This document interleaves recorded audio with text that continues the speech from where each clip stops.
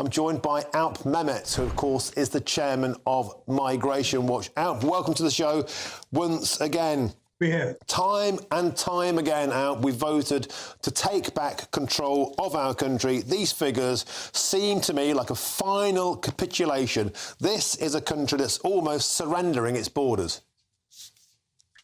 This is immigration out of control, not under control. Frankly, I'm really shocked.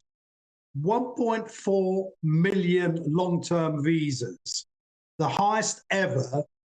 And what is more worrying is that there's no sign that there's any prospect of this reducing. If you look at the individual areas where the numbers that you've just read out, if you look at them, the fact is we're not going to see a fall in student numbers. We're not going to see a fall in workers coming here.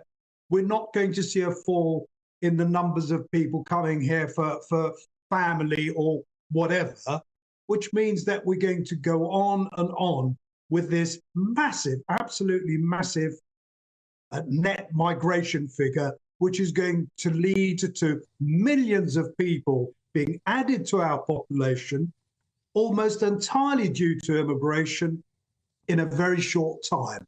We just cannot cope with that. That is dangerous.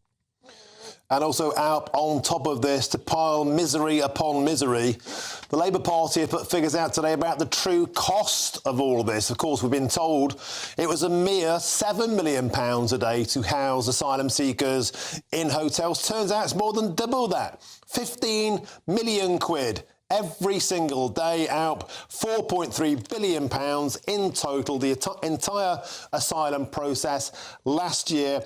This is an extortionate amount of money at a time when many Britons are basically struggling to heat their homes and eat food.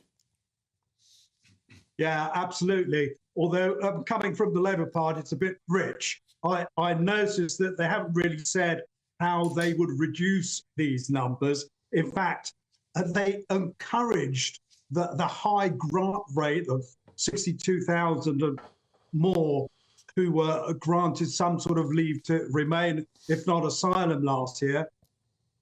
The Labour Party was saying, come on, do this quickly, do it more quickly. Well, in the end, we ended up in an amnesty in all but name. And that's where I'm worried. And that's why I think that however much these figures are astonishing, they're going to get even worse unless we start debating seriously about how we're going to reduce net migration and the inflow in the way that Suella Braverman has suggested. Have an overall ceiling, have a figure that we can say, right, we'll let these people in, no more this year. Next year, we will arrive at a different ceiling to allow the people that we need in. And Martin, can I just add, you know, people say net migration closer to zero. That doesn't mean that no one comes in. That means that the number of people who arrive is pretty much equal to the number of people who leave. So you can still have 500,000 people coming here to do the jobs, provide the skills and join family, and still have net migration much closer to the sort of levels that will stabilise our population rather than explode it. And of course, we've also seen this week David Neal, who was sacked as the Chief Inspector of Borders and Immigration, blowing the whistle, saying that even a lot of these care visas in particular are being abused. 25% of them, he said, aren't even working in the sector or for a very short period of time. And when you go into the detail of where the family visas, the dependent visas are going, it's in that sector. 73% of all dependent visas are in the care sector. So every which way you look at it, Alp, it seems there's an opportunity to make Britain your permanent home.